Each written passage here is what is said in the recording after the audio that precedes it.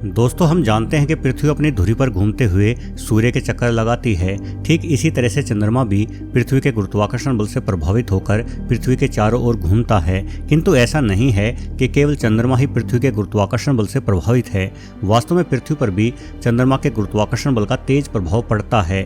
चंद्रमा पृथ्वी के उस हिस्से को अपनी तरफ अधिक खींचता है जो हिस्सा चंद्रमा के ठीक सामने होता है। इसी वजह से धरती का यह हिस्सा चंद्रमा की तरफ थोड़ा सा उभार ले लेता है। ये उभार वास्तव में समुद्र के हिस्से का ही उभार होता है, यानी चंद्रमा की तरफ के समुद्री हिस्से में कहीं अधिक ऊंची लहरें उठती हैं। इस प्रक्रिया को ज्वार भाटा के नाम से जाना जाता है। ज्वार भाटा समुद्री लहरों को ऊंचाई देने में सबसे प्रमुख भूमिका निभाता है। इसके अतिरिक्त तेज समुद्री हवाएं या फिर समुद्र में आया भूकंप इन लहरों को और भी अधिक बेकाबू बना देता है। तो चलिए आज के वीडियो में कुछ ऐसी ही विशेष घटनाओं को देखते हैं जब समुद्र में उठी लहरों ने कुछ ऐसा जलवा दिखाया जिसे देखकर हर कोई हैरान रह गया। वैसे जब तक वीडियो शुरू होती है तब तक मेहरबानी करके आप नीचे दिए गए सब्सक्राइब बटन को जरूर दबा दें।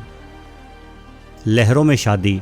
अब देखा जाए तो शादी का दिन दो इंसानों के जीवन को जोड़ने का सबसे महत्वपूर्ण दिन होता है, इसलिए प्रत्येक नवविवाहित जोड़ा अपने इस दिन को बड़ा ही यादगार बना देना चाहता है। इस तरह से ही अपने दिन को यादगार बनाने के मकसद के चलते कैलिफोर्निया में एक दूल्हे और दुल्हन ने समुद्री लहरों के निकट शादी की रस्म निभाने की तैयारी की। ऊंची उठती लहरों के मध्य में अपने प्रेम को प्रदर्शित करने वाले इन खूबसूरत लम्हों को कैद करने के लिए इस जोड़े द्वारा एक फोटोग्राफर को भी बुलाया गया था। किंतु भले ही ये दिन आपके लिए कितना ही खास क्यों ना हो, समुद्री लहरों को आपकी भावनाओं से कोई लेना देना नहीं है। फोटो शूट कराते समय एक जोरदार लहर उठती है और इस लहर की टक्कर को ये जोड़ा संभाल नहीं पाता और सीधा समुद्र में जा गिरता है। इसके बाद तो फोटोग्राफर भी अपना कैमरा छोड़कर दुल्हा और दुल्हन को बचाने के लिए समुद्र में कूद पड़ता है। खैर, नवविवाहित जोड़े को अधिक चोटें नहीं आई। दुल्हा और दुल्हन सफलतापूर्वक बाहर निकल आए। वैसे जितना इस जोड़े ने सोचा था ये दिन उससे भी अधिक यादगार बन गया। अब इस दिन को ये दुल्हा और दुल्हन सारी उम्र भी भुला नहीं सकेंगे।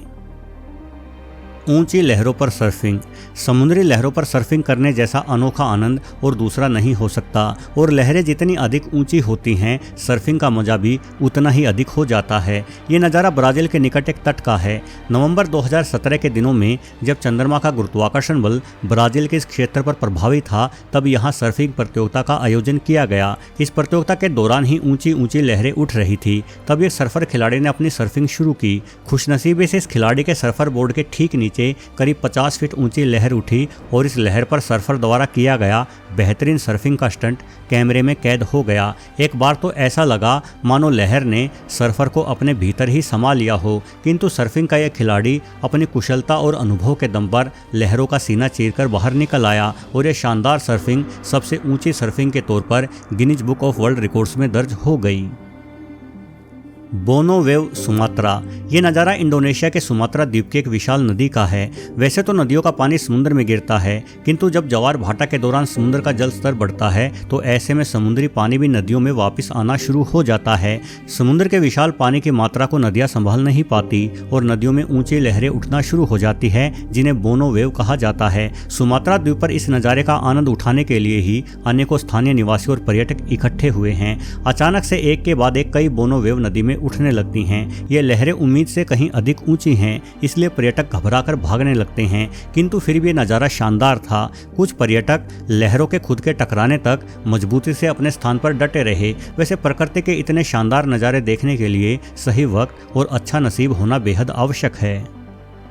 बेकाबू लहरें। सामान्यतः समुद्री लहरें किनारों पर अधिक ऊंची उठती हैं क्योंकि किनारों पर पानी कम गहरा होता है, जिस वजह से समुद्र की तली से टकराकर लहरें ऊपर की ओर उछलती हैं। वहीं समुद्र के बीच में लहरें उतनी ऊंची नहीं होती, किंतु कभी कभार तेज हवाएं और तूफान समुद्र के स्वभाव को बदल देते हैं। इस वीडियो में आप देख सकते हैं कि समुद्र के बीचों बीच एक समुद्री जहाज चला जा रहा है। वहीं कुछ लहरें बेकाबू होकर इस जहाज के रास्ते को रोकने का प्रयास कर रही हैं। इस तरह से लहरों से टकराकर किसी भी समुद्री जहाज को भारी नुकसान हो सकता है। यहाँ तक कि अनेकों बार समुद्री जहाज डूब भी जाते हैं, फिर भले ही वो जहाज कितना भी बड़ा क्यों ना हो। हालांकि वीडियो में दिखाया गया ये जहाज सौभाग्य से सबसे ऊंची लहर पर भी चढ़ गया, इसलिए ये जहाज सुरक्षित रहा और ये नज़ारा बेहतरीन नज़ारा बन गया।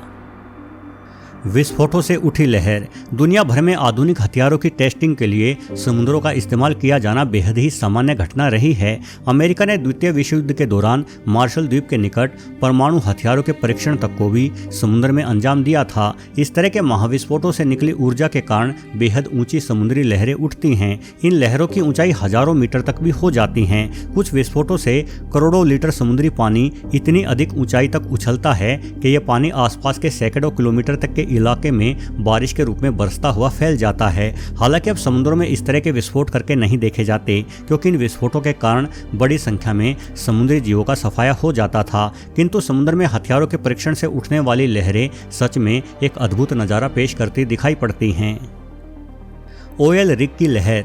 दुनिया भर में समुद्र की तली से तेल निकालने के लिए विशालकाय मशीनी उपकरण स्थापित किए गए हैं। ऐसे ठिकानों को ऑयल रिग कहा जाता है। इंग्लैंड के पूर्वी समुद्री तट के निकट स्थित ये ऑयल रिग करीब 50 मीटर लंबा, 30 मीटर चौड़ा और 23 मीटर ऊंचा है। जाहिर है मजबूत लोहे से बना ये ढांचा काफ़ी ऊंचा, बड़ा और मजबूत है। ऑयल रिग को इतना ऊंचा इसलिए बनाया जाता है ताकि यहाँ काम कर रहे कर्मचारियों को समुद्री लहरों से कोई परेशानी ना हो। किंतु वर्ष 2013 के 25 दिसंबर यानी क्रिसमस की रात इस इलाके में बेहद तेज तूफान आ गया, जिस कारण समुद्री लहरें इतनी ऊंची उठी मानो ये लहरें इस ऑयल रिग के पूरे ढांचे को ही बर्बाद करके मानेगी।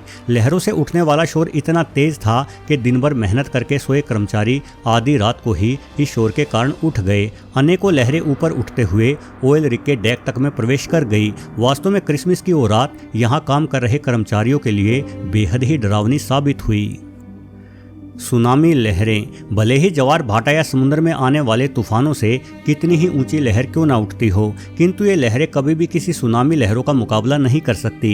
दरअसल समुद्र की तलहटी में आने वाले भूकंप सुनामी को जन्म देते हैं। इन भूकंपों के कारण जमीन उछलती है और अपने ऊपर स्थित पानी को भी उछाल देती है। इस वीडियो में आप देख सकते हैं कि एक समुद्री जहाज चला जा रहा है। ये वीडियो वर्ष 2011 के समय का है, जब जापान में बेहद तेज सुनामी आया था। समुद्री जहाज के ठीक सामने एक विशाल लहर उत्पन्न हुई। हालांकि जहाज इस लहर को पार कर गया, किंतु कुछ पल बाद ही एक अन्य लहर ने जहाज को घेर लिया। ये लहर लगातार आते भूकंप का ही नतीजा थी। लहर समुद्री जहाज से करीब 5 किलोमीटर की दूरी पर दिखाई दी, किंतु जहाज तक पहुंचते हुए लहर थोड़ा कमजोर हो गई और समुद्री जहाज लहर को पार कर गया। वैसे सुनामी की लहरें कभी भी समुद्रों के मध्य में तैर रहे जहाजों के लिए अधिक घातक नहीं होती, क्योंकि समुद्र की गहराई के कारण लहरें दूर तक फैलकर कमजोर पड़ जाती हैं। वहीं किनारों पर गहराई कम होने के कारण सुनामी की लहरें ऊपर की ओर उछलती हुई विध्वंस मचा देती हैं। यही कारण है कि जब समुद्री जहाज के नीचे से निकली ये सुनामी लहरें जापानी किनारों तक पहुंची